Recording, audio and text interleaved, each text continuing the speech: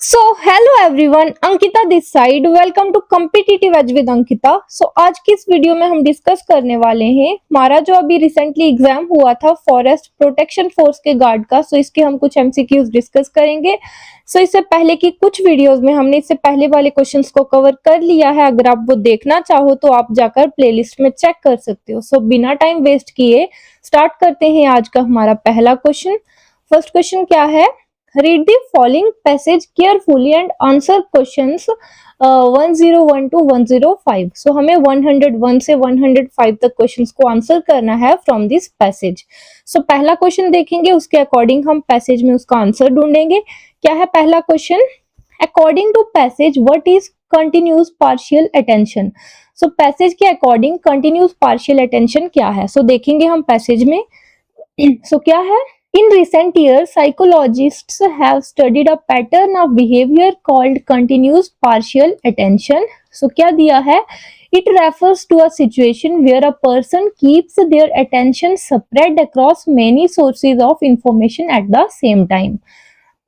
Instead of focusing deeply on one activity, people keep checking messages, notifications, news updates, and other digital alerts. This is different from multitasking, where a person deliberately shifts from one task to another. Continuous partial attention क्या है? Deep focusing on one task to complete it. No, हमारा ये option नहीं है। Increased use of technology improves productivity, ये भी नहीं है। Improved efficiency in completing complex tasks. ये भी हमारा आंसर नहीं है। हमारा आंसर क्या है? Continuous partial attention का मतलब है intentional switching between tasks. Okay, option number b आ जाएगा हमारा आंसर। अगला क्वेश्चन देखेंगे। According to the passage why do digital platforms send frequent notifications? Digital platform जो हैं वो कंटिन्यूसली नोटिफिकेशंस क्यों सेंड करते हैं? Applications often send frequent notifications to attract users attention. देखेंगे हम क्वेश्चन में ऑप्शंस क्या हैं। ऑप्शन क्या है? To improve focus of users during work. ये आंसर नहीं है। क्यों भेजते हैं digital platforms frequent notifications? To encourage users to keep checking the application. Option number b आ जाएगा हमारा answer. To improve the quality of online communication, ये भी नहीं आएगा। और to prevent people from multitasking, ये भी नहीं है। ओके, अगला क्वेश्चन देखेंगे। In which situation could continuous partial attention be useful? Continuous partial attention जो है ये useful कौन सी situations में होती है पैसेज के अकॉर्डिंग? पैसेज देखेंगे। क्या है यहाँ? However, this pattern of attention is not always harmful. In some situations such as tracking breaking news or coordinating a large team, it can help people stay informed about several things at once. देखेंगे option हम। क्या है option? Solving long mathematical problems, no. Writing a research report, no. Continuous partial attention useful क्यों है? For monitoring breaking news from different sources. Option number सी आ जाएगा हमारा answer. Okay, अगला क्वेश्चन देखेंगे हम। क्या दिया है अगला question? Which activity mentioned in the passage requires deeper concentration? देखेंगे हम क्या दिया है। The problem arises when the same habit continues during activities that require careful thinking and sustained concentration. Okay, देखते हैं हम ऑप्शंस क्या दिए हैं 104 क्वेश्चन में। क्या है? Which activity mentioned in the passage requires deeper concentration? Deeper concentration कौन सी एक्टिविटी के लिए चाहिए? नोटिफिकेशन चेक करने के लिए नहीं चाहिए। Reading detailed material. यस, हमें जब डिटेल्ड मटेरियल रीड करना होता है हमें डीपर कंसंट्रेशन चाहिए होती है। Okay, option number B is the answer. Next question. What is main idea of the passage? Passage का मेन आइडिया क्या है? पैसेज किस पर फोकस कर रहा है? In recent years psychologist have studied a pattern of behaviour. Okay, behaviour है।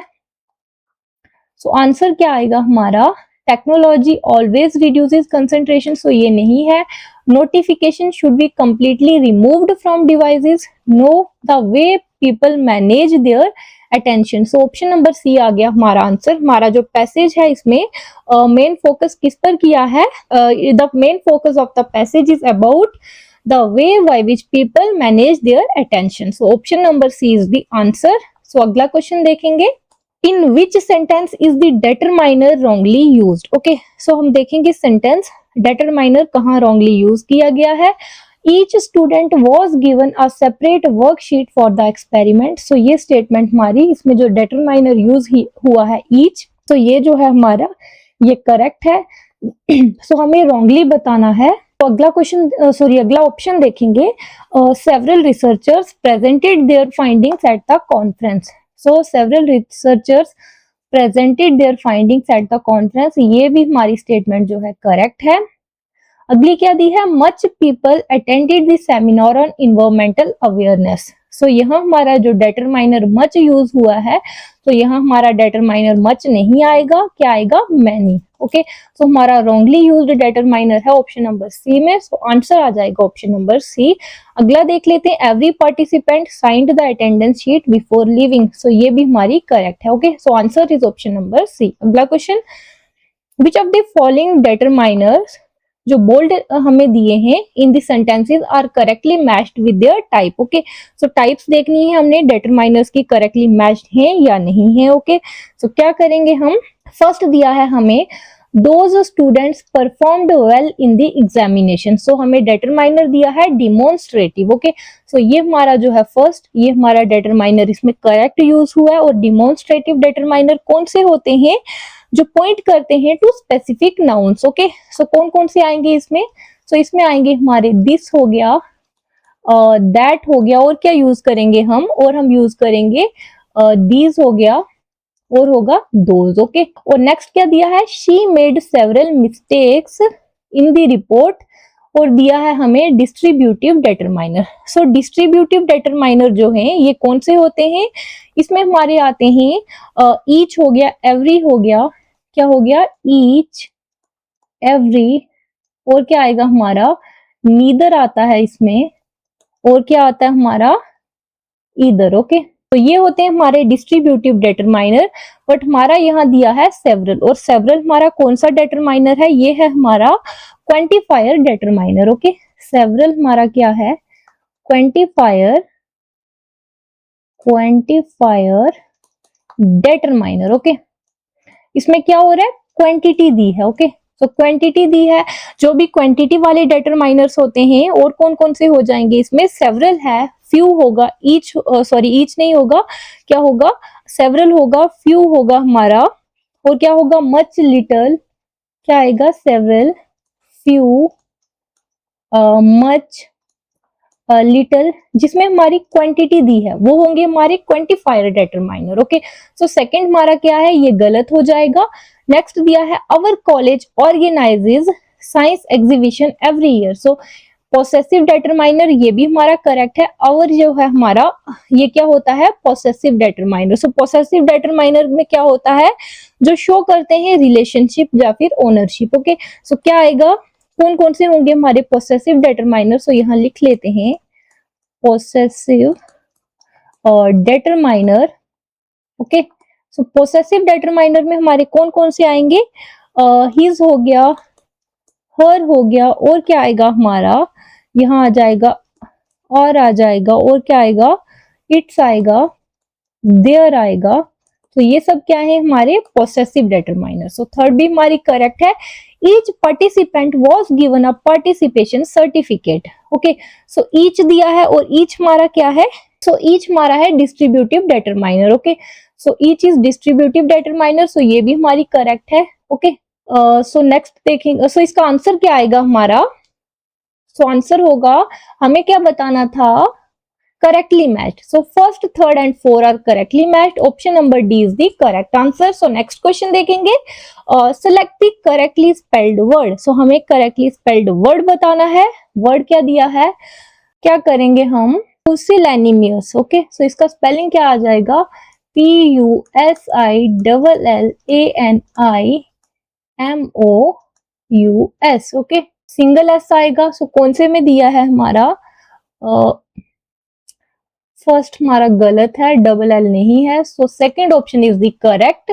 और इसका मतलब क्या होता है, it means weak or coward. Okay,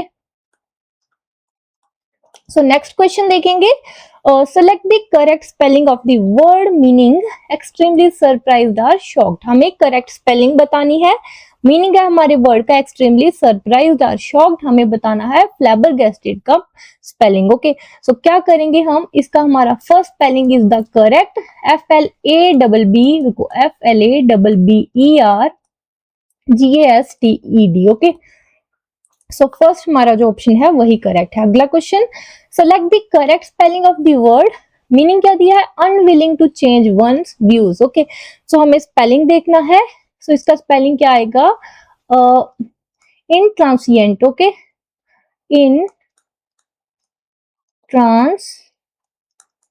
इंट्रांसिएंट।